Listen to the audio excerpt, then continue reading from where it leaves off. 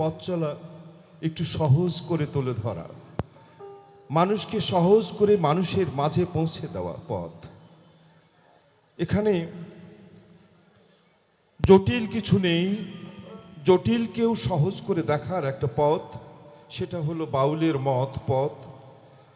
আমি চণ্ডীপাঠ থেকে জোটাপালিশ পর্যন্ত আমি ঘুরি, কিন্তু আমার ভালো লাগার দিন শেষে ভালো লাগার জায়গা এই সাধুগুরু বৈষ্ণব, তাদের চরণের কাছে একটু ঠাঁই। যার কারণে আমি আস্তে আস্তে গানের জগৎ থেকে আলাদা হতে যাচ্ছি, কিন্তু আপনাদের কাছ থেকে আমি আলাদা হতে পারবো না। আমি জানি আমার আর কুল নেই, আমাকে আর এই কুল আর নেবে না, এটাও আমি জানি। আমি জানি আমি এই কুল ছেড়ে আমি আর অন্য কুলে যেতেও পারবো না, কিন্তু আমার আর একটা কুল আছে, সেটা হলো আমার ভক্তকুল। এই ভক্তকুলের মধ্যে এই বেঁচে থাকাটাই আমার আগামী দিনের ইচ্ছা প্রকাশ করছি।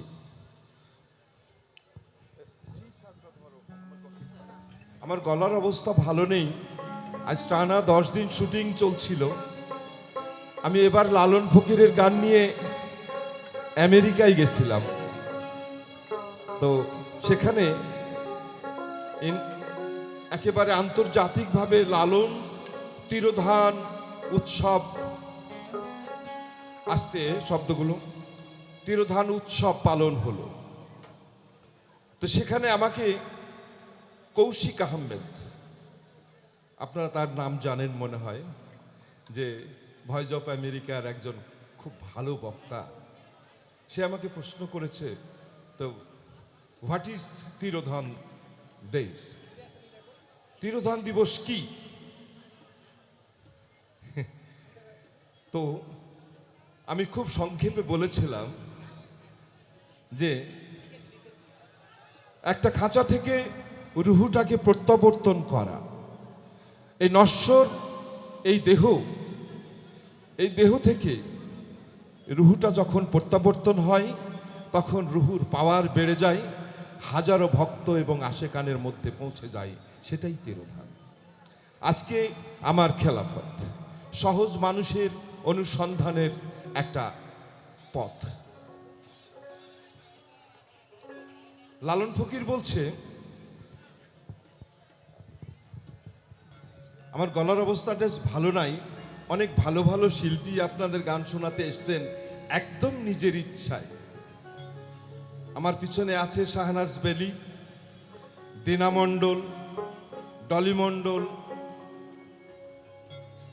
এলিজা পুতুল, আরো অনেক শিল্পী আছে, যেগুলো শাহাবুল ইসলাম, মানে সবগুলো বাংলাদেশের উল্লেখযোগ্য এই লোকসঙ্গীতের শিল্পী। আমি ওদের পিছনে পিছনে ফেরি করে বেড়াই মাত্র। শুধু তাদেরকে বলি, স্যার অনুরোধ করেছেন একটি গান করার জন্য, তাই আমি করছি। আমার গান করার মতো অবস্থা নেই আজকে। সহজ মানুষ ভোজে দাক্ষিণার মন দিব্য জ্ঞানী,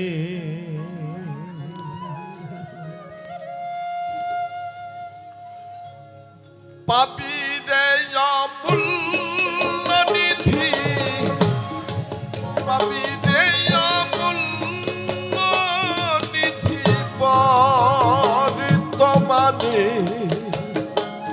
পাপি পর তোমারে। সহজ মানুষ ভোজে দাক্ষিণার মন দিব্য জ্ঞানী।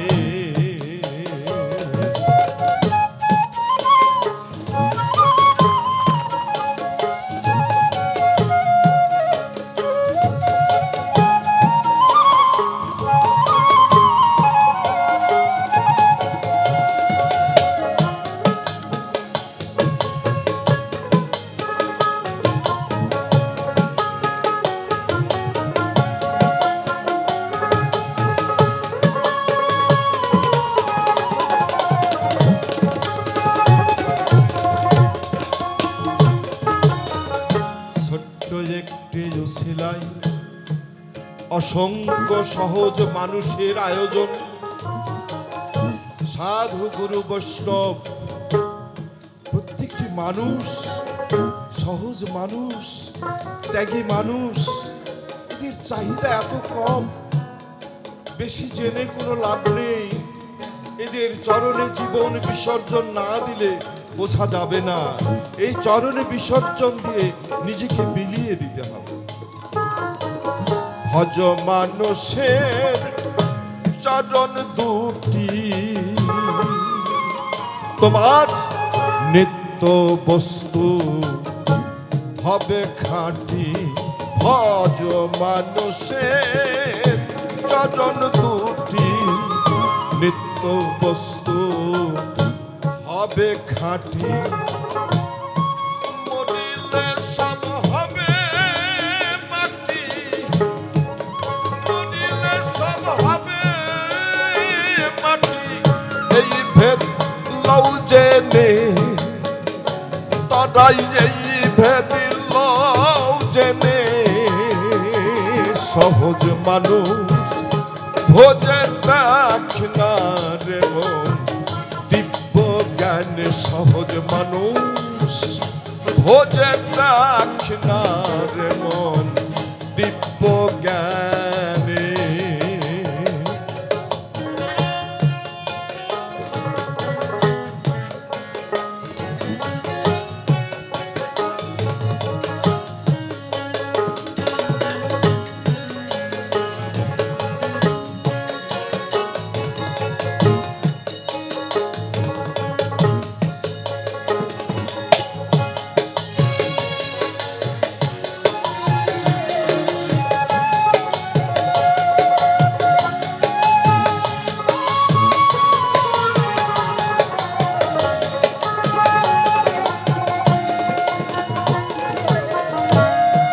এপারে অনিত্য, ওপারেও কি তাই?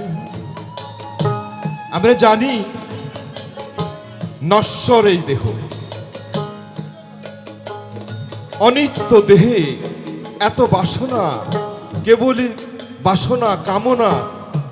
তাহলে এপারে অনিত্য, ওপারেও কি তাই? তার মানে ওপারে বিচার যারা করবেন সে কি আল্লাহ না ভগবান না গড? সেদিকে আলাদা। এপারের আল্লাহ, ওপারেও আল্লাহ। ওই পারের আশাই এই পারের ইবাদত, যে মানুষ ভজার ইবাদত। যে দৃশ্যমান মানুষকে ভালোবাসতে জানে না, সে কখনো কোনো ঈশ্বরে পারেই হোক আর ওই পারেই হোক, কোনো ঈশ্বরকেও ভালোবাসতে না। শুনি মলে পাবে বেহেশত খানা, তাও শুনে তো মন মানে না। শুনি মনে পাবে বেহেশত খানা, তাও শুনে তো মন মানে না। ও বাকির লোভে নগদ পাওনা,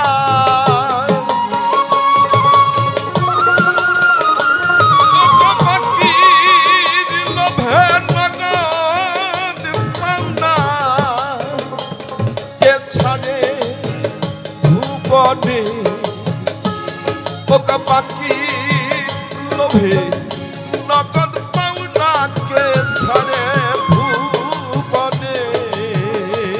সহজ মানুষ ভোজে দাক্ষিণা রে মন, দিব্য জ্ঞানে।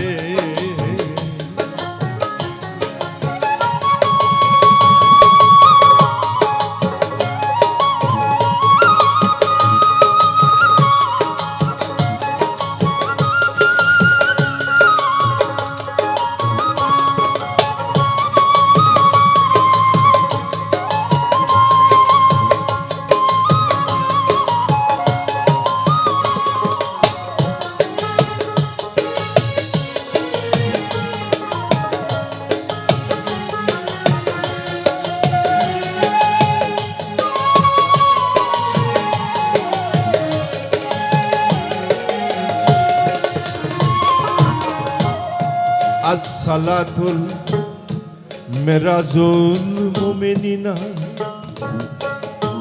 জানতে হয় নামাজের বেনা। মেরাজ, মেরাজ মানে দর্শন। তো প্রত্যেকটি সালাত যদি দর্শন হয়, তবে কে কখন কোন সালাতে সেই প্রতিপালকের দর্শন করলো, তার কি পুঁজি ছিল, ভাব ভক্তি প্রেম ও বিশ্বাস বিনয়িতা, একটারও কিন্তু ভাষা নেই।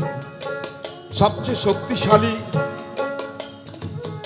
বস্তু বিষয় এই সাধু গুরু বৈষ্ণব, খুব সহজ করে তাদের বিশ্বাসের পাওয়ার বেশি। তাই সালাতুল মেরাজুল মুমিনিনা জানতে হয় নামাজে বেনা। সালাতুল মেরাজুল মুমিনিনা জানতে হয় না মাঝের বেনা। বিশ্বাসীদের দেখা শোনা,